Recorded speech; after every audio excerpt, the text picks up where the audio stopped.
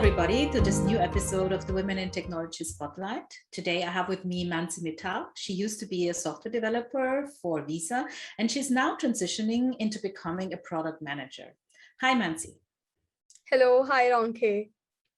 Thank you for coming on my series. It's a pleasure to have you here. Would you please tell our audience a little bit about yourself? Sure. Thank you so much. Okay, where should I start from? So one thing is that, like, one fun fact about me is that I've studied in a total of 13 schools across like 10 cities and 7 states of India. So that was a cool experience that I had growing up, and that experience kind of has helped me become a person who adopts to situations like very smoothly or without any a lot of hesitation. Then what else I can tell is, so my name is Mansi Mittal, and I have been growing up with one brother who's right now working in US. And I did my graduation from Indian Institute of Technology. That was like one of the premium institute of India, and I majored in computer science in it. And that's pretty much it. And one more thing I would say is that I love writing poems or composing songs. So that is the little bit of cultural side of mine. Yeah, so that's pretty much me. Thank you, Mansi. So I immediately have a question. 13 schools, how is that possible? So basically one of the schools, it was, I think, just 10 months. So even that used to happen because my father had a transferable job, and we used to go with him wherever he went.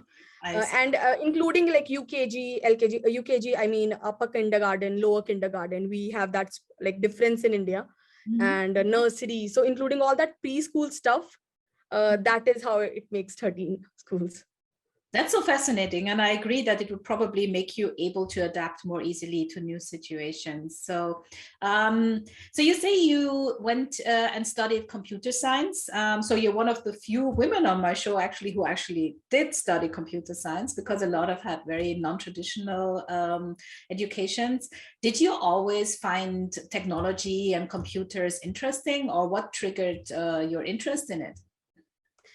That's a good question. So initially, I would say when I was in school in 10th grade or in 12th grade, I'm not sure what should we call it in other part of countries, other countries. I was interested in science subjects, as in physics, mathematics, and because of that interest in quant and stuff, I kind of wade into a little bit of engineering or technology, but I was not that clear on computer science till then. And it happened to be a chance encounter, and then you start loving it, kind of a thing. That's what happened to me in computer science. But before that, it was just quant and technology and some sort of kind of problem solving that I loved. Yeah, that's also something I hear from a lot of women, that they're interested in understanding how things work.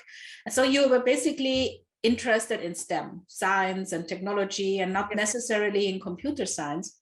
Makes sense, yes. And that brings me to the next question. Did you have any role models in your life? What did your father do as a job that he was transferred so much? Or maybe your mom was in something similar? So my dad was working for one of the banks in India, State Bank of India. It's the biggest bank in India. And even the bank people have these days very transferable jobs, given how quickly you are trying to go up the ladder, I would say.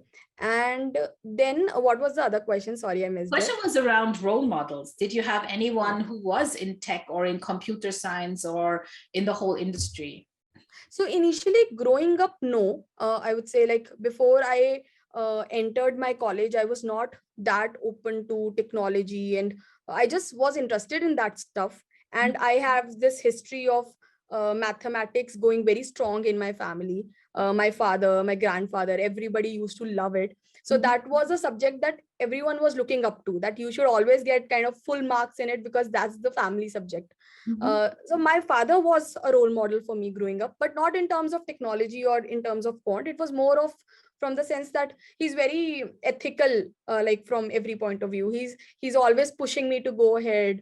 to take risky decisions in life, and he's like, do anything, don't worry, I'm always like backing you up. So that was something that shield or that backing up that I had growing up. That my role model was my father then. But then when as I transitioned into college, as I learned more about technology and more about how impactful a product or a tech, a new kind of technology be on like people's life, then it just transitioned more. But I would say role models were not very far off people for me. It was always more of people who are very near to me somehow. Either they are in the same team or they are in the other team, but I could kind of look at them day to day. What are they doing? How are they doing it? Rather than just like ogling over or just idolizing someone, I am not sure of who is he or she like in person. Yeah. So that's a good point, that you have to choose someone who is approachable, at least as a role model. So I think one of the things you said was that your father is always pushing you and he's always shielding you. And I think that's an important point. And I wanted to ask a follow-up question, because when you then chose to go into computer science, since that was not like a family topic, was anyone surprised, or was it just something that was totally normal that you would do that? Particularly my father did not have any experience or any knowledge of computer science per se, but in India, engineering and IIT in particular is a very big brand that people go after a lot. So because of like getting into an IIT, that was a big like surprise and a welcoming news for the whole family, that there is someone who just went into IIT. So in India in general, it's like a very, in total, I think I would say 1.5 million people, students appear for the exam every year, and only like 6,000 or 9,000 get in. Wow. So it's like, yeah, it's like crazy tough to get in that there. So he did not have knowledge of computer science, but he was happy that I'm like excelling in whatever I want to kind of pursue. Yeah. Okay, that's an interesting aspect, because that's a little different here in Europe, of course. So obviously they were proud of you that you made it into that school and that you were able to do this, even though they didn't know anything about that. And and obviously it didn't matter whether you were a boy or a girl, it was just a big achievement. Huh?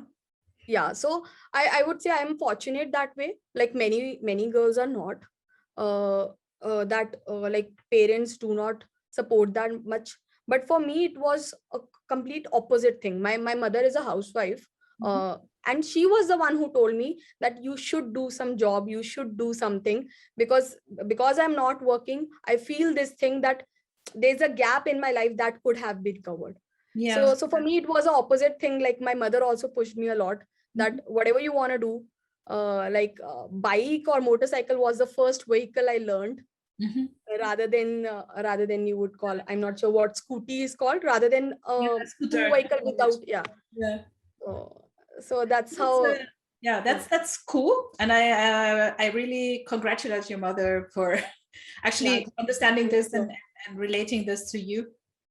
And so there was no difference between you and your brother in terms of educational possibilities, right? No, from education point of view, I would say no. Like they are pro education and everything. Like I have not personally felt it. It might be that the bias is on my side rather than because I was a smaller kid, and so I was more of like agreeing to my parents and very obedient that way. So I think the bias was on my side, but I did not personally feel like from my family's side any kind of hindrance or anything. Well, that's amazing. So that's good news, because I was appreciated when women tell me, okay, it was totally okay for everyone, for them to pursue a career. And what I'm thinking now is, so when you went to university, what was it like? Were there more women or men, or what was the gender? It's a very good question, because the ratio in the like in engineering colleges in general in India is very skewed. It was basically in our batch there were 120 students in total and just 12 girls. So it was 1:10 ratio. It was like crazy skewed. And in a particular, in case I talk about just my branch as in computer science or system science, there was just like 2 girls, like out Wow. of the 40 batch. Mm-hmm. So that was pretty difficult, to be honest, because like people, like boys used to make their own groups and kind of study for exams and stuff, but we used to have that like curfew of 12 Mm-hmm. at midnight, that when we were asked to return to our hostels. So Mm-hmm. even boys had to return to their hostels, but they had more options or more people to kind of interact with and study together, but we just were 2 girls. If we are Yeah, to study together, we are, yeah. yeah. So you did feel a little bit left out, maybe, because you didn't have so many possibilities to interact with them and study Yes, that. it was surely there. And then I had to kind of build those qualities within me to become that extrovert, because those people didn't need us. They Mhm. already had a group, they already could interact with other people. It was my requirement to kind of seek out help or kind of discuss problems or something. So those qualities kind of stemmed out of that experience, that I became more outgoing. I would like openly approach people, ask to like fix up some time, meet me there, like so like, yes, just seeing the silver lining maybe.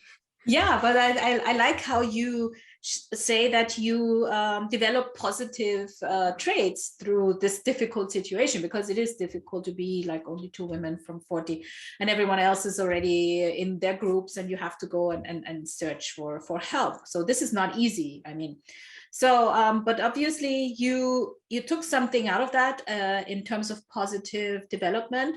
And the other thing, I know you through the Women in Technology conference. So can I ask you if this situation you encountered that triggered you to support more diversity or further more diversity Actually, in yes. tech? Yeah. Actually, yes. I think you're correct that way, because the experiences that I had growing up, even when I was prepping for this said like IIT exam, at that point also, like women preparing for it was very less, the number, like more than the college number, but still very less. So what I had always felt was that there was no person or like women in specific, because my parents did not have any experience in computer science or how to go about it. They couldn't guide me. They could push me, but they couldn't guide me. And I was always missing that like mentor who could tell me, these are the certain ways that you should do. Mm-hmm. This is the quality you should start working on now, because this is going to help you. So I think it stemmed out of that I was like, the mentor I was missing growing up, I want to be Mm-hmm. that person for someone else, so that Yeah. yeah, maybe just accelerate that person's journey somehow. I can relate to that because I also didn't have anyone to mentor me or guide me in my studies, and I feel that this is something we can provide for those who come after us, since we did this journey, right? And Completely. are there other initiatives that you engage with? Do you want to talk a little about that aspect of your life? So initially I started with I became, because even public speaking I was a little afraid of initially. So I started with becoming a member of Toastmasters International. I worked on my public speaking and speaking to people.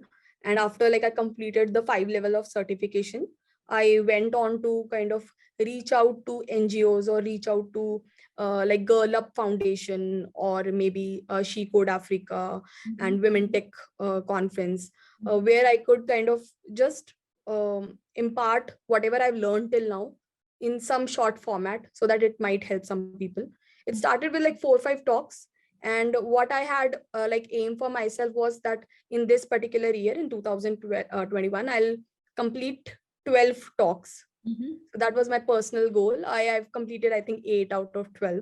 Mm-hmm. That's So very that is, good. yeah, that is good news.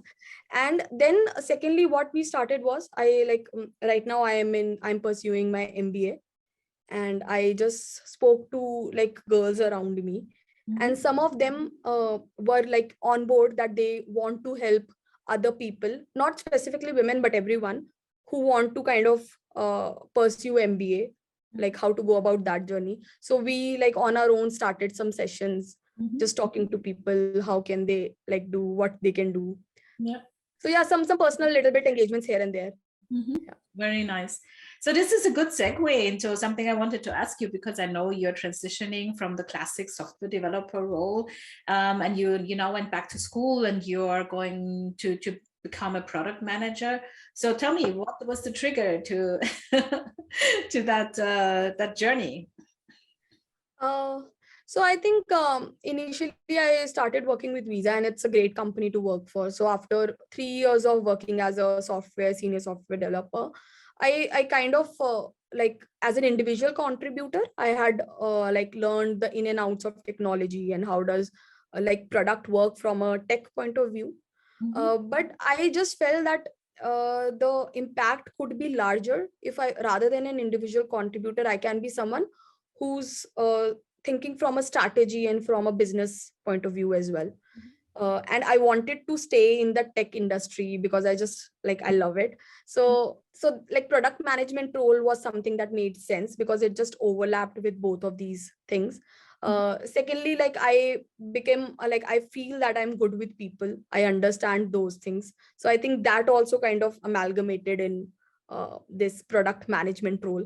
So it just became the like go-to role for me, that now it seems to be after 3 years a transition that I should take. Yeah, for me, that makes total sense. But maybe for the people who are listening who don't know what product management is, maybe you could talk a little bit about why you want to do this and what it is. Sure. So particularly, I would say like my understanding of, because I've not yet transitioned into the role, but what I understand from product management is it's kind of a CEO of a product. So you do not actually you do not actually manage any person or any team officially, but you have to kind of engage with all the stakeholders involved in a product development. So for example, like Uber, if we take, it's a company, and Uber might have different products, or Uber as a big is one product, but it might have different segments. So one of the segment would be taken up by one product manager who will just think of the vision, think of what features should it involve, what all like uh, uh, what all help we should give to the user through that, what is the vision, what is the goal of that product. And then that vision would be conveyed to the tech team by the product manager, that this is how I visualize, or this is how I see the product as, and they'll develop on it. And then then he or she will also kind of talk to other stakeholders, the marketing team, the sales team, the design team. So that person just sits in the middle of everything, but is not governing or is not managing anyone. So it's like a mini CEO, mini product CEO person. That's so interesting. So you're moving from the execution side, where you take some task and you just complete it, to a place where you can shape the product, right? Yes. With your ideas and what you feel it should look like. That's so much more interesting, in my opinion. I mean, so. Yeah. That's what interests me about it. Let's just, looking forward to kind of that transition. So you also said that you're good with people. So, and that is an aspect. Tell me why you think being good with people is so important in tech nowadays. I think like not only tech, it's about all the industries. Eventually, the core of the industry or the core of the company are the people that work for you or that work for that company. So it's very important to be empathetic about people working for you, and also people you are working for in terms of your customers, your users. So even product management, the first quality that is asked out of a PM or product manager is customer empathy. So that kind of understanding what ticks the user, what do they want from life, what do they actually want to pursue, and similarly for your team, why do they want to work, do they want new kind of work, do they want exciting work, is money that what they're looking for? Anything can be a reason, but that understanding of human mind or human mentality is, I think, very crucial these days to be a good manager or to be a person who's engaging with other people a lot in a company. I agree. And I think you're also right to say that it's not just in tech. It's just interesting because, you know, when you talk to people who are not in IT, they have this vision of people who are not very good with communication and very introverted. And I think it's important to talk about this like you did, and explain why it is so important to have these qualities nowadays, and how it is important to bring people together to create the product. It's not just people sitting in the dark coding in front of their computer. It's actually a lot of team effort and communication and working together. Yeah, now you've brought it up. I think communication is the key to everything, because many times I've seen like developers or people who are great with what they're doing. In their head, they are 100% there. But when they start communicating about the same thing, only like 20% comes out. They're not able to convey with that conviction to the other person. So these days, communication or soft skills, whatever we can call it, it's very important if you want to kind of give your 100% to your core. So yeah, so I think for every industry, it's a must skill to have. Yeah, I agree. Also, that is the way I see it, that people skills, communication are at least as important as your technical skills nowadays. And I also feel, because companies have realized that empathy and communication are so important, that women are specifically positioned to be in tech these days, because these are the qualities that a lot of us bring to the table, right? Yes. So even my entry into Visa was through such an opportunity. Visa runs a women codathon every year that like women exclusively can participate in, and the top, like whosoever wins that hackathon or is the top scorer, would get the opportunity to interview with the panel. So I think those kind of opportunities are coming up a lot in India, and I think a lot of developing countries also, to kind of push and position women better into tech. So yeah, that has been. Yeah. So you're doing a lot around mentoring women. You do talks, which I find amazing. And I saw one of yours, which was great. And you also now talked about how companies try to find more women to bring into tech. So if you were to go back and when you talk to one of your mentees, maybe, what is it you would tell her that she should, do to further her career, or have an easier life than you maybe did? Sure. First of all, I would say I've seen your talk as well, and you're way better. There's so much to learn from you. Yes. And okay, so what I would tell them, I have this, like, there are a lot of learnings, but these days, like 3-4 things that I've felt a lot that had the most impact on my life. One of the things was that initially I felt this like imposter syndrome. Basically, I felt as in the initially that I got here by fluke, but maybe I'm not apt or I'm not capable of carrying the job on my shoulder. But after like 5-6 months, after the support from my team and actually doing the work and seeing the impact that I was creating, that was when that went away. But the initial 5-6 months were very difficult, because I was always questioning myself. I should have done this. I'm not aware of it. This is my problem. But it was faced by everyone who was entering into the industry, because the industry was new to everyone. It was not just me or not just a girl. So I think that is the first thing that a girl should do away with, that because of our positionality as a woman, we are not able to understand things. That is not the case. It's with everyone who's making a new transition, who's joining a new company. It happens. It's a journey that everyone lives through. So yeah, that is one thing, like, it's very important. I surely tell. Then second thing is that this is something I've learned like in the last 2 years maybe, is that apart from your professional work or your school work, whatever you're doing in your mainstream life, apart from that also, there are so many opportunities in the world right now that you can kind of pursue. You don't have to wait for things to come on your plate. You can actually go and search, just a simple Google search on things you want to do, the certifications you want to do.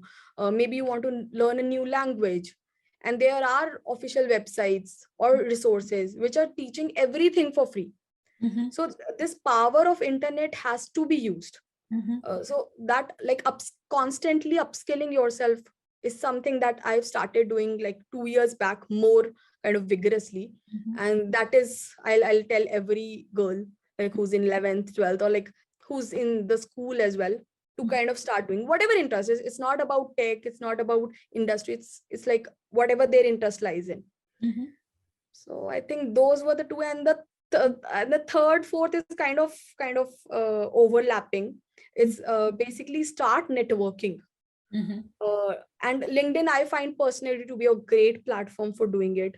But there could be other platforms as well, whatever works for anybody. But it's like wherever you want to go. For example, now I want to move into product management. So what I do is that whatever companies interest me, I'll just search for people on LinkedIn who are into those roles, and just simple message them that maybe we can talk for 15 minutes. Maybe I just want to understand how was your journey? What can I do? Where am I lacking? And you would be surprised that out of 10 people, 6 people, 5 people always reply. And that's a huge number. So just talking to 3-4 people can help you find that mentor, which from your like vicinity you might be missing, but which you can reach out through this power of technology again. So that you're networking, just reaching out to people, finding those mentors you are missing. So that is something like these 3 things I think really helped me a lot in my journey. And these are great points, really, Mansi, because the first one around the imposter syndrome, I think that's so important to understand that it's not a female thing, really. It's something that everyone experiences. It's just that women talk about it more with other women. So just understand, everyone, when they come into a new situation, will doubt for a few weeks, maybe months, whether it's the right place. It doesn't matter how experienced you are, you have to adapt to a new situation, and you should be fine. You can be fine with that. I can't say you should, because obviously we all suffer a little bit. But to understand that everyone has that is a very big point. And the part with the networking, yes, that's so important. And I do agree with you that online platforms like LinkedIn are such an amazing pool of opportunity that you should use. And I do agree also that most people answer if you ping them. It's very easy to get connections, to talk to people, and you should use that. So yeah, thank you so much, Mansi, for joining the show. We've already reached the end of our 30 minutes, amazingly. It didn't feel that way. It was very, like, talking to you was so fun. Yeah, same talking to you. I'm always surprised when the time is over, when I look up and I see, okay, wow, we are at our 30-minute limit. And I always wish we had more time, but we have to keep in mind that our viewers have a limited time as well. So thank you so much for coming on the podcast. Thank you, and bye. Thank you so much, Ronke. It was a pleasure coming here.